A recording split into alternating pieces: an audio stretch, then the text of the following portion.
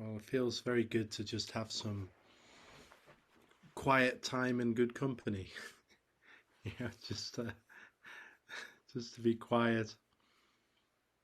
Yeah, I sort of recall that shift in meditation uh, with myself when I realized I didn't have to do anything. But I certainly practiced a lot of years of doing meditation or doing Zen in order to realize that I didn't have to do anything. So that's a curious um, paradox. You're having to learn to not do something, to just let things, really to let things be as they are. I heard a line once in a Dharma talk. It was somebody from outside my tradition. I was listening to it on a CD. Um, those CDs. Does anyone still have CDs? They're kind of going away, right? Yeah, okay. It's a couple of few of us have still got CDs.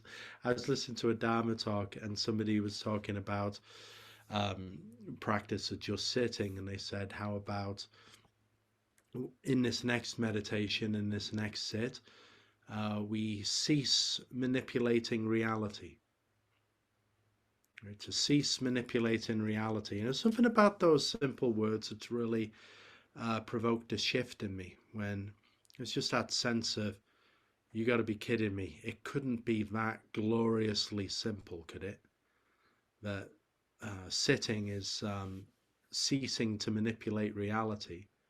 It is, but it's also the way that we manipulate reality in our mind runs very deep. Right? It can runs very has very deep roots, and I wanted to bring up a koan today.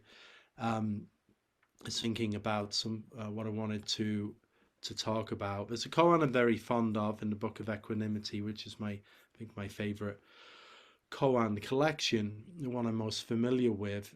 And I remember this particular koan. I once gave I gave a talk on it once, and then Tenshin, who was my teacher, said, "Oh, I didn't talk on that koan until I'd for 10 years after he'd been made a teacher because he didn't feel felt like it was a real tough, a tough one or a tough one to break down." And it is, but I have great faith in your capacity for to understand and to realize. So why not? Um, so I'll bring this case up. It's from case 45 from the Book of Equanimity, and it's the case is called the Sutra of Complete Awakening. So this is it has another name in Sanskrit. Is it the Avatam Saka Sutra, I think? But there's this the Sutra of Complete Awakening. It's not the Sutra of Partial Awakening, or but the Sutra of Complete Awakening. That's a bold title. If you were skimming through the different sutras and thinking, okay, I wanna get to the point here, then this one might be a candidate, right? The Sutra of Complete Awakening. I'll read the I'll read the main case. Okay, there's a preface, a main case, and a verse, but the main case has got uh, so much in here that I think that'll probably be enough for us. Let's see. Attention. The Sutra of Complete Awakening says, "Be at all times without deluded thoughts arising. Moreover, with regard to all deluded states of mind, do not try to extinguish them. Dwelling in the realm of delusion, do not add discriminating knowledge. When knowledge is absent, do not distinguish reality." Right. So I think this is from an actual sutra that comes from the Buddha's teaching. So I would imagine this is a direct teaching that's accredited to Shakyamuni Buddha, the founder of Buddhism, obviously, but of not the founder of all meditation traditions, though. You know, all meditation traditions are, I would think, are as old as time. Meditation traditions have certainly go long into the deep past before the Buddha. I wonder who the first person or being was that contemplated themselves and their existence, or when was that? Who knows? Who knows? Can't answer that question. So if we take this as the words of the Buddha, and I said at the beginning, you know, it's for this 30 minutes at least, let's sit as a Buddha. And I said that, you know, I've spent part of the day at least as a deluded human being. That was a little tongue in cheek with having this koan case in mind. The first line here says, "Be at all times without deluded thoughts arising." Right, so a very simple prescription written on some 25-year-old paper, right? Be at all times without deluded thoughts arising. You know, in one sense, part of me that's a little flippant wants to say, well, good luck with that, right? Be at all times without deluded thoughts arising, like for myself. But we can look at that and say, what is a deluded thought? There's another koan in the Book of Entangled Vines. Somebody asks, what is the meaning of Buddhism? And the teacher says, cease deluded thinking. It talks to this point and says, just cease deluded thinking. But this word deluded is very important here, and how we might take it. What is the deluded thought? Sometimes in Zen, or often in Zen, or in Buddhism, we'll talk about delusion and enlightenment. Right? Hold on, somehow I just lost my screen. I hope you can still hear me. But somehow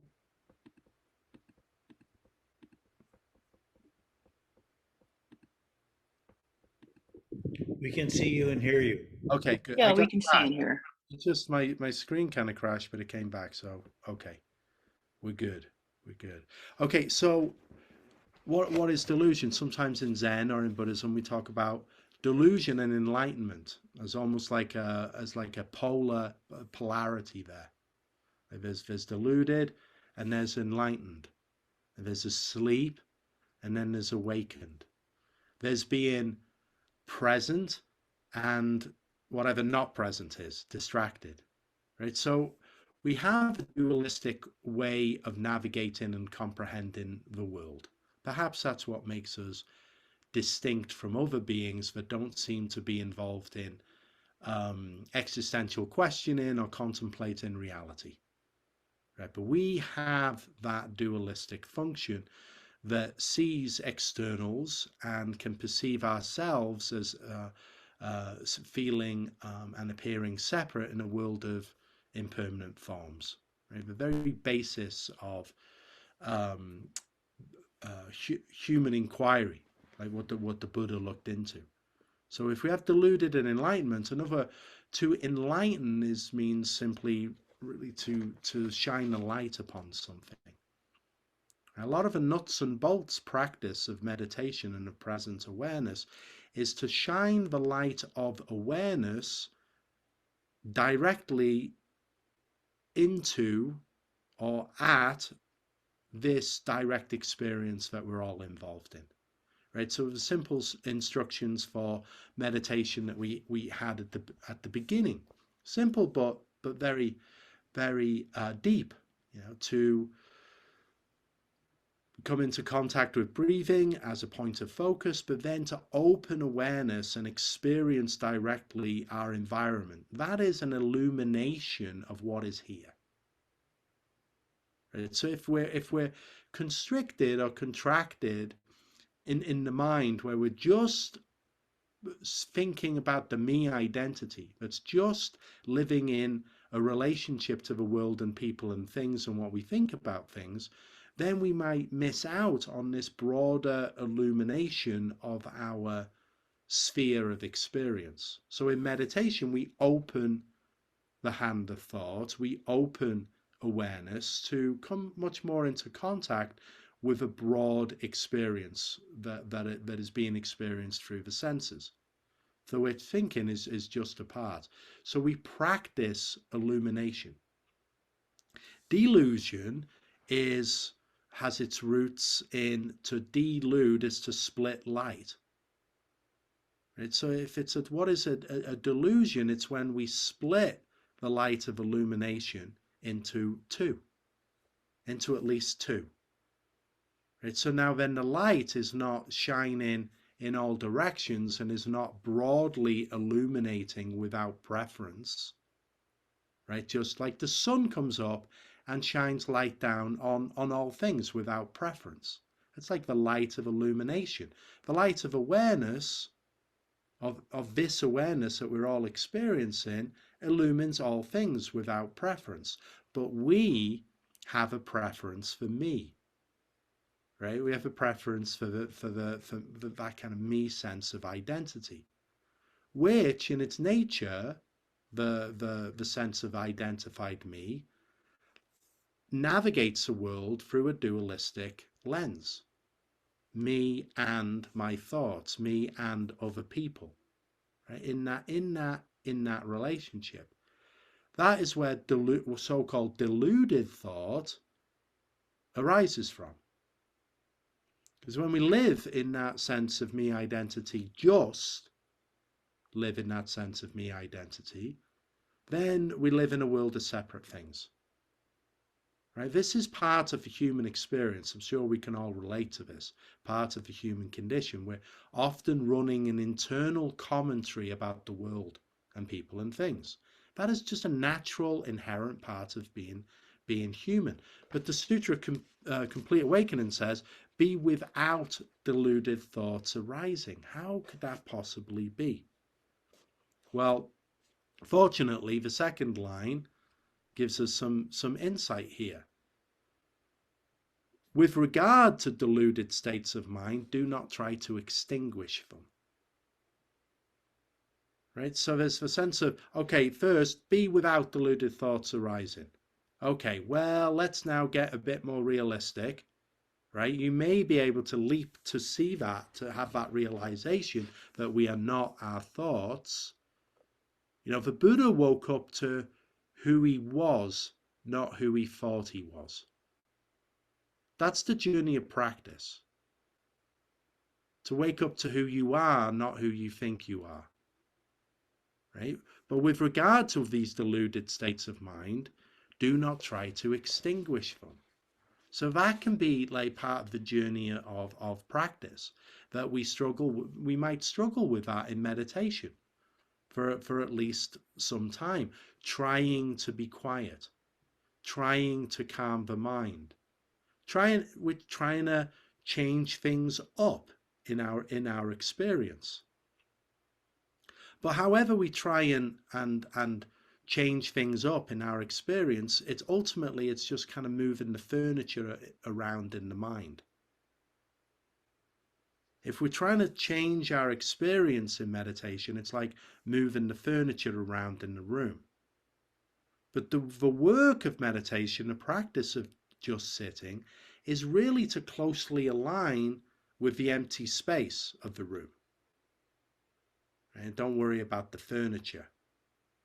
So how is that practically felt? That is practically felt in sitting meditation, that with a reasonably straight back and a focus of mind, it is the open allowing of all things internally and externally to be revealed, to appear as reality without the preference system. With letting the preference system be put aside. Do not try to extinguish thought. Do not try to extinguish feeling or anything that seems to arise. I say seems to arise because I don't really buy into arising and disappearing. Nothing really, from my, I'll say from my experience, nothing arises and disappears. But rather it's just the ever-changing appearance of the one. Right? It's just this reality which is like in constant changing appearance, but there's nothing that really rises or disappears. That's just something to look at. So don't try and extinguish so-called deluded states. Now, how is that? I mean, if you're anything like me, I've got a pretty constant thought stream throughout the day, whether I'm, meditating or not. Right? But how closely do we hold on and cherish that thought stream or that sense of me? If we hold it tightly, that sense of me, I, and in a relationship to the world, we find, and I'm sure we have found, that me, the world, does not conform to my idea of what I think should be happening. Right? It really does not. Me, I am not in sync with the world because I have all kinds of preferences and hopes and fears and a lot of preference around reality. But reality is just reality. Life appears in all its many forms, good and bad, just as it is. Meditation or this or present awareness is to really open the eye that sees that really knows that in the bones, that it really is this way. And although we might argue with that persistently, the root, the direct way to the relief of suffering there is in the open allowing and the recognition of things as they are, the right view of the Buddha. See things as they are, not how we would like them to be. Now, we will see things as we will have those thoughts about how things we would like to be, but that is always a partial and incomplete thesis. So be without deluded thoughts arising. One way to be without deluded thoughts arising is to just abandon that criteria about what is delusion and enlightenment. Well, who says it's a deluded thought? Be without that distinction. Don't try to extinguish anything in this field of presence.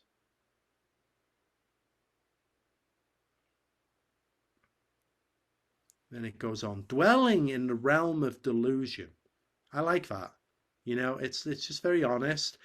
Dwelling in the realm of delusion. Do not add discriminating knowledge. So again, we're really just sort of drilling into the human condition here, that we are always living somewhere in attachment and aversion as human beings. We're living we're sunk to the armpits in our preferences all the time. Again, I say that I am. I'm assuming you are, but you may raise your hand and say, actually, no. I have become emancipated from attachment and aversion, and I reveal myself today as to sangha as an immaculate, non-regressing Buddha. Feel free, right? Raise your hand, use the function or such, right? But I don't know anyone who has escaped the human condition. We're all living in the midst of what it says here, in the realm of delusion. I, me, and other. It's just an undeniable reality. Zazen, the practice of Zen, the practice of Buddhism, is not to escape the human condition, but rather to embrace and understand the human condition. And then from that standpoint of taking responsibility for our flawed human condition, we can really look at what are the things that cause suffering here and how much of it is optional and self-perpetuated. Let's stop that part. That's practice then. What looking with clear sight, what is going on and what is perpetuating and what is causing an unnecessary difficulty. Let's find that and then practice a different way so that we're not just perpetuating unexamined patterns. Patterns usually perpetuate because they're unexamined. Bringing awareness to things, bringing awareness is often enough. That's the practice of illumination or enlightenment is so powerful because just usually bringing the light of awareness to the way things are is usually resolution enough. What to actually do may be something just one or two steps, but if it's in the dark and we don't see it, then it can't be dealt with. Dwelling in the realm of delusion, do not add discriminating knowledge. We often want to understand, or I do, again, want to understand reality, want to understand this life. But it is always elusive. It cannot be understood. It cannot ever actually be grasped through this human lens. Right? Our practice is to align with reality. It's to get as close to the truth as we can. It's like, right? It's like sailing a boat, fixing a course. It's never a straight line, and you're always adjusting to try and stay on course. This is like a present and awake life. It's making course corrections in real time in order to stay on course, to try and match reality as it comes at us. If we can do that present, present and aware, meeting life as it comes and making those adjustments and changing course, but we never fully understand it. It's always we're just involved. We're really truly in the middle of a profound mystery, the profound mystery of existence.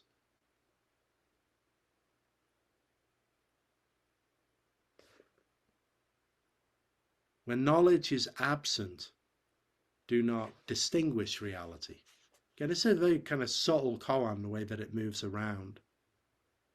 Right? So if we're not concerned with knowledge or trying to describe or grasp or fix reality or what our life is, we can give up on seeking the meaning of life, right? As it becomes more irrelevant, and we realize that we are living life, we're in the midst of life, right? The Zen way of way of practice is to be as intimate with life as possible, not in an effort to understand life, so that we can grasp some meaning there,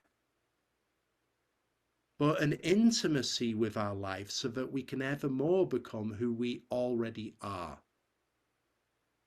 Again, as I brought up about the Buddha, he woke up to who he was, not who he thought he was. Please, have great trust in who you already are. You are a Buddha. If for somebody like Shakyamuni Buddha, he realized that he was a Buddha in a particularly deep and profound way that has echoed these many years. But you and I appear differently in a different time, in a different space, in a different body. But this is all the one life. This is all awakening. This is all of Buddha's life.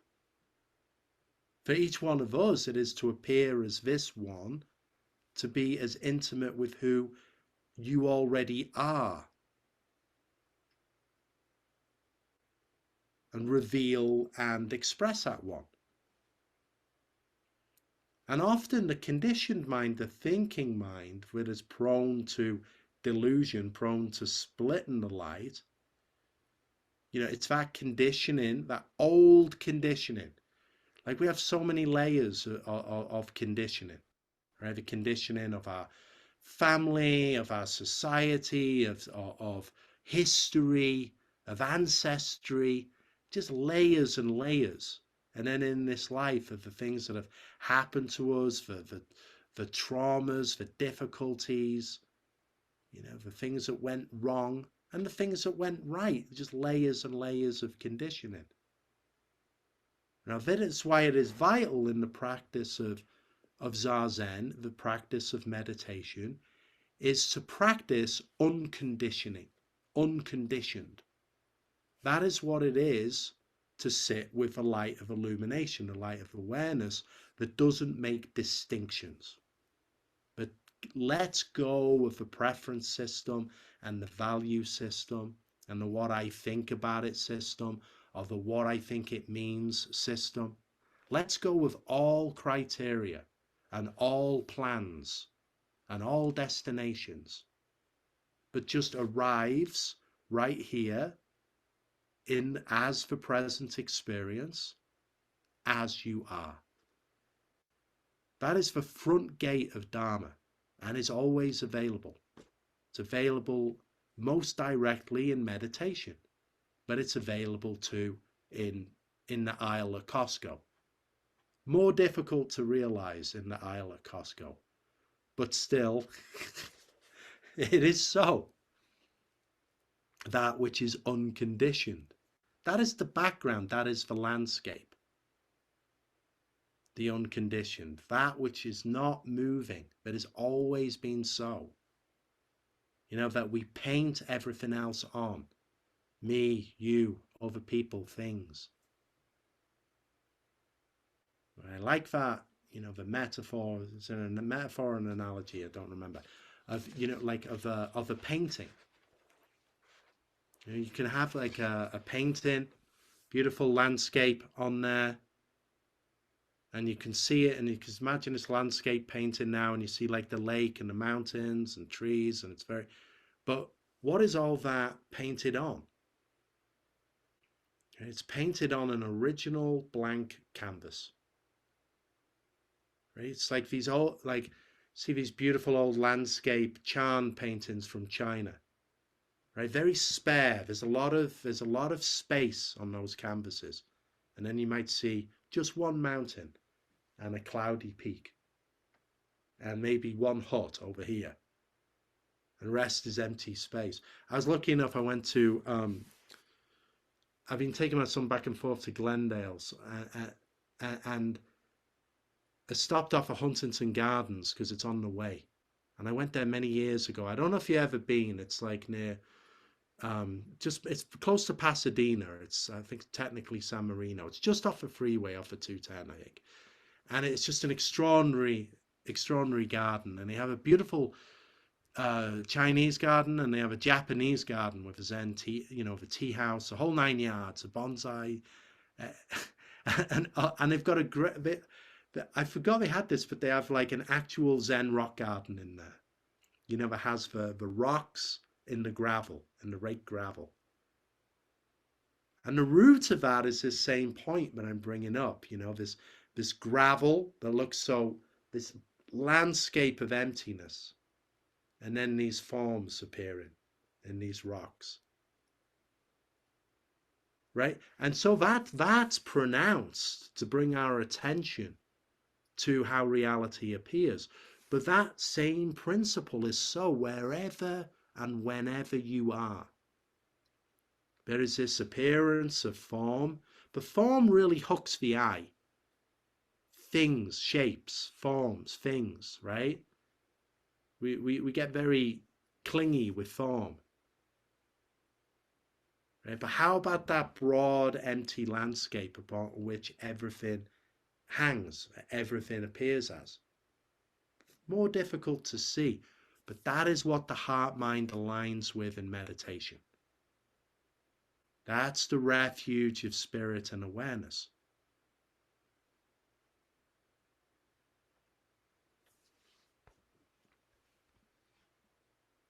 Then you can just like allow breathing. You don't even have to breathe, just allow breathing. Right? Isn't that wonderful? Breathing in, breathing out. You don't have to remember. Sit or lie down, just breathe. That radical allowing, a true radical acceptance of allowing. Let's go of the distinctions of forms, preferences, and choice, and rather embraces the fullness of this experience in all directions, internally and externally. You really realize that deeply, then you understand the title, Sutra of Complete Awakening.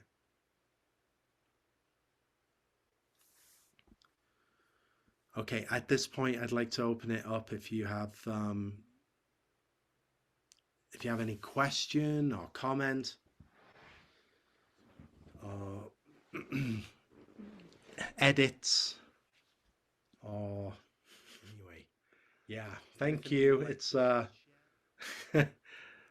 pleasure to see you, to sit with you, to thank you for indulging me with my words, and to hear back from you too is useful. Thank you. And if we have anything in conclusion, Adrian kindly put a reminder for our support for the organization in the chat. Oh, and you mentioned Ian's day long and half day in there too, so we should all pay attention there. And I'll be back Tuesday if you have the opportunity to join. And thank you again.